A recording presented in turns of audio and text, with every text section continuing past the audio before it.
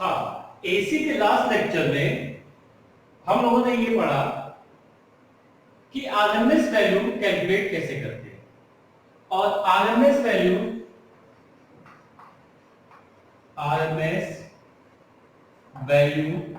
Of AC, इसके calculation हम लोगों ने किया और हम लोगों ने दो रिजल्ट फाइंड किए। पहला था E RMS, that is E nought by root two, और सेकंड इसी तरह से I RMS is equal to I nought by root. यहां पे ई नॉट और I nought peak value of current और पीक वैल्यू ऑफ वोल्टेज है, ठीक है। तो अब ये क्वेश्चन राइज होता है कि आरएमएस वैल्यू की स्टडी हम क्यों करते हैं। देखिए, हमारे पास जब हम डीसी पढ़ते हैं डायरेक्ट करंट, तो डायरेक्ट करंट में हमारे पास हीट का फॉर्मूला है H is equal to I square R T. I यहां पे करंट हो गया, आर रेजिस्टेंस हो गया, टी टाइम हो गया। तो हीट कितनी डेवलप हुई वो इस फॉर्मूले से निकालते हैं। अब देखिए, डीसी में हमारा एडवांटेज क्या रहता है कि आई average, I RMS, I not, ये सब इसमें क्या होता है, सेम होता है। क्यों सेम होता है? क्योंकि हमने ये देखा है कि डीसी में हमारे पास ये डायरेक्ट करंट है, ठीक है, इसकी फ्रीक्वेंसी जीरो होती है। फ्रीक्वेंसी हमारे पास कितनी हो जाएगी? जीरो हो जाएगी। तो हर जगह हमें करंट कांस्टेंट मिलती है। यहां पे आई हमारा क्या हो जाता है? I is equal to constant. तो हम ये सारे फॉर्मूले यहां पे यूज कर लेते हैं। लेकिन उसके बाद हमने देखा कि जब हम एसी की स्टडी स्टार्ट की हमने, तो हमने ये देखा कि हमारे पास जो ग्राफ बनता है दैट ग्राफ इज साइनसॉइडल, या और भी किसी तरह का हो सकता है, ट्रायंगुलर। यहां पे हमें एक चीज पता चली कि ये वैल्यू जो है, this value is peak value, ठीक है। और हर जगह करंट या वोल्टेज की वैल्यू क्या हो रही है? चेंज हो रही है। कभी ये जीरो है, कभी मैक्सिमम है, अगेन जीरो हो जा रही है, फिर नेगेटिव में चली जा रही है। इसका मतलब सबसे पहली बात ये हमारी यहां पे आई कि आई इज नॉट कांस्टेंट। आई हमारे पास यहां पे कांस्टेंट नहीं है। इसके बाद हमने ये देखा कि आई एवरेज, चलिए हम निकाल लेते हैं। तो आई एवरेज भी कंप्लीट साइकिल के लिए जीरो आया, ठीक है। और हाफ साइकिल की स्टडी तो हमें करनी नहीं है क्योंकि यहां पे कंप्लीट साइकिल है, इसलिए हमने आई आरएमएस की स्टडी यहां पे स्टार्ट की। तो आई आरएमएस या ई आरएमएस करने के बाद हमारे पास ये रिजल्ट आया पीक और आरएमएस वैल्यू, ठीक है। तो यहां से हमें ये पता चला कि आई हमारा चेंज हो रहा है। इसका मतलब हमारी हीट जो होगी ये भी कांस्टेंट नहीं होगी। एक डायरेक्ट करंट को लेके हम हीट नहीं निकाल सकते हैं।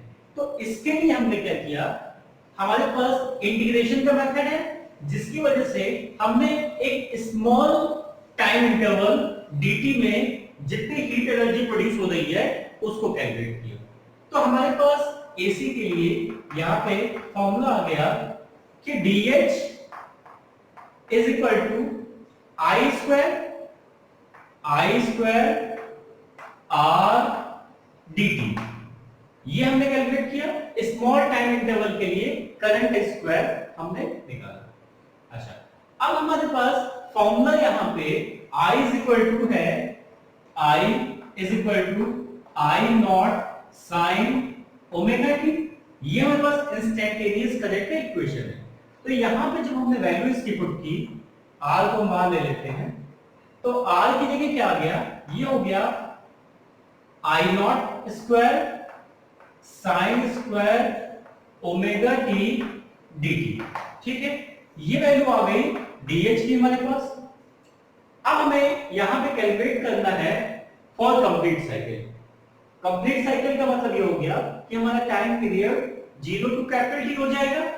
तो यहां पे जब हम इसको इंटीग्रेट करेंगे तो ये तो h आ गया। अब यहां पे देखिए I not square fix value है हमारे पास, आर भी फिक्स है, तो इसको हम बाहर ले लेते हैं, आई नॉट स्क्वायर आर।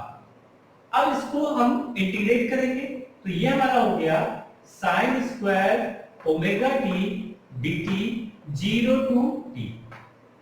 ठीक है, अब हमारे पास दो मेथड है, या तो हम इसको इंटीग्रेट करें या हम किसी शॉर्टकट से इसके रिजल्ट को फाइंड कर लें। तो यहां पे देखिए हम कर क्या रहे हैं, यहां पे इस इक्वेशन में हम इसको पूरे को t से मल्टीप्लाई कर रहे हैं और t से डिवाइड कर रहे हैं, t से मल्टीप्लाई कर रहे हैं और t से डिवाइड कर रहे हैं। तो यहां पे एक काम और हम कर सकते हैं, देखिए कैपिटल T का मतलब क्या हुआ, इंटीग्रेशन ऑफ dt। यहां पे हम इस तरह से ले रहे हैं, h is equal to I not square r। अच्छा, इस c को हम यहां पे मल्टीप्लाई कर ले रहे हैं, ये t हो गया हमारे पास, ठीक है, और यहां पे ये हो गया 0 to t sine square omega t dt upon इस c को हम लिख रहे हैं integration of dt 0 to t। ठीक है, ये चेंजेस हमने किए, फिर से देखिए, हमने t से मल्टीप्लाई और t से डिवाइड किया, ये t एज इट इज हमने यहां पे ले लिया और इस c को इंटीग्रेशन के फॉर्म में लिखा। अब जरा देखिए लास्ट टर्म तक डिस्कस किया कि ये चीज हमारी this is the average value of sine square omega t। ये वैल्यू क्या है, this is average value of sine square omega t और इसकी वैल्यू होती है 1/2। लास्ट लेक्चर में हम पढ़ चुके हैं। तो ये फॉर्मूला हमारे पास आ गया, h is equal to I not square R T upon 2। Clear? अच्छा, अब देखिए आई नॉट स्क्वायर अपॉन 2 को हम क्या ले सकते हैं, देखिए ये हमारे पास है आई आर एम एस, ठीक है, आई नॉट और रूट 2, हमें आई नॉट को वहां पे रिप्लेस करना है। तो देखिए आई नॉट का क्या है, स्क्वायर है, तो अगर इसको हम स्क्वायर करते हैं तो ये क्या हो जाएगा, I square R M S is equal to I not square by 2। तो इसकी जगह ये वैल्यू हम पुट कर सकते हैं। तो ये हमारे पास रिजल्ट आ गया, h is equal to I square R M S R T. देखिए जो हमारे पास रिजल्ट वहां पे क्या आया था, वहां पे रिजल्ट आया था डीसी में आई स्क्वायर आर टी, और यहां पे क्या आ रहा है, आई स्क्वायर आर एम एस। इसका मतलब ये हो गया कि हमारी जो एसी डिवाइसेस होती हैं, that devices work on RMS value. इससे रिजल्ट क्या है हमारे पास कि एसी डिवाइसेस जो है हमारी, इसको अगर हम नंबर 1 कर दें तो इसका मतलब हो गया, रिजल्ट हमारे पास क्या आया, रिजल्ट ये आया कि AC devices run on RMS value, न पीक वैल्यू पे न एवरेज वैल्यू पे। इसका मतलब ये हो गया कि आरएमएस वैल्यू हमारी एसी डिवाइसेस में एक इंपॉर्टेंट रोल प्ले कर रही है। जैसे अगर हम कंपेयर करें, हमारे पास एक डीसी है और एक एसी है, ठीक है, यहां पर फ्रीक्वेंसी कितनी होती है, 0 हो गई फ्रीक्वेंसी, ठीक है। इसका मतलब यहां पे क्या हो गया कि I RMS, I average, I nought सब सेम हो गया, कोई प्रॉब्लम नहीं, ठीक है।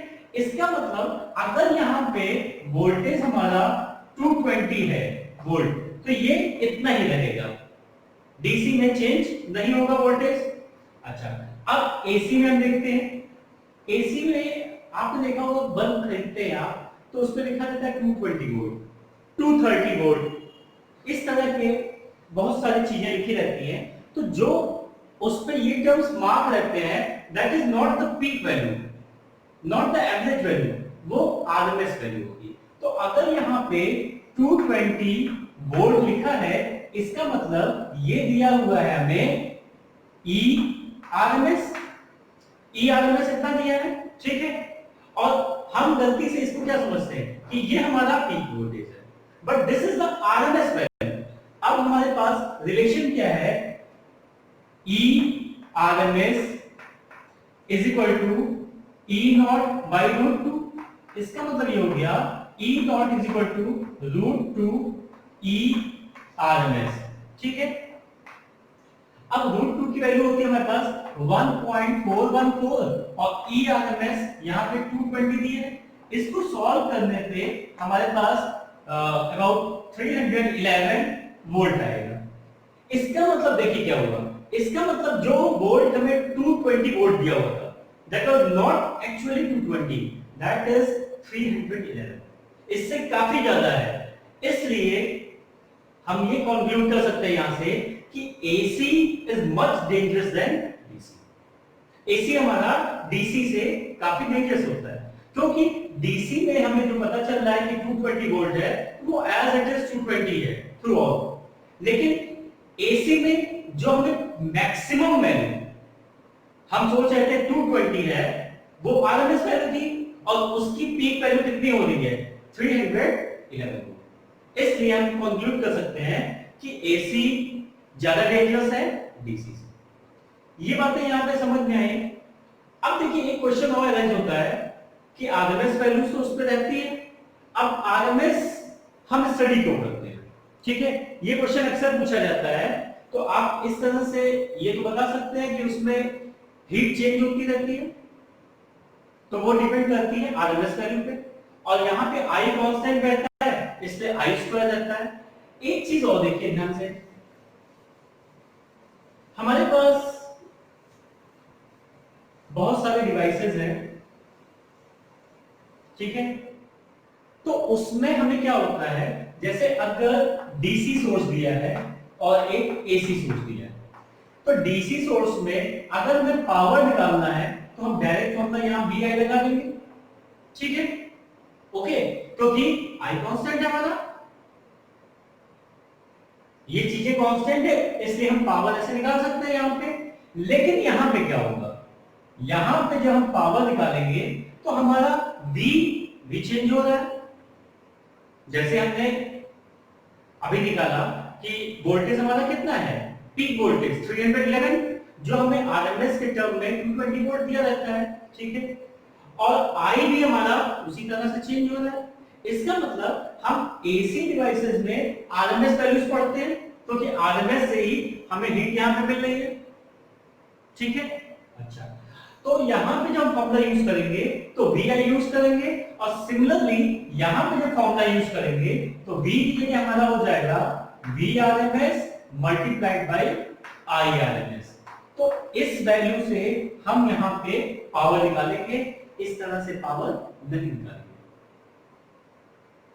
क्योंकि फिर से देखिए ग्राफ से हमारे पास क्या हो रहा है, एसी में जब ग्राफ बना रहे हैं तो ये अगर वोल्टेज है सपोज कीजिए, तो हर जगह तो वोल्टेज चेंज हो रहा है, ठीक है, और एवरेज जीरो आ जाता है हमारे पास, करेक्ट, तो इसका मतलब पावर है ही नहीं, ठीक है। तो ये कॉन्सेप्ट हम यूज कर नहीं सकते।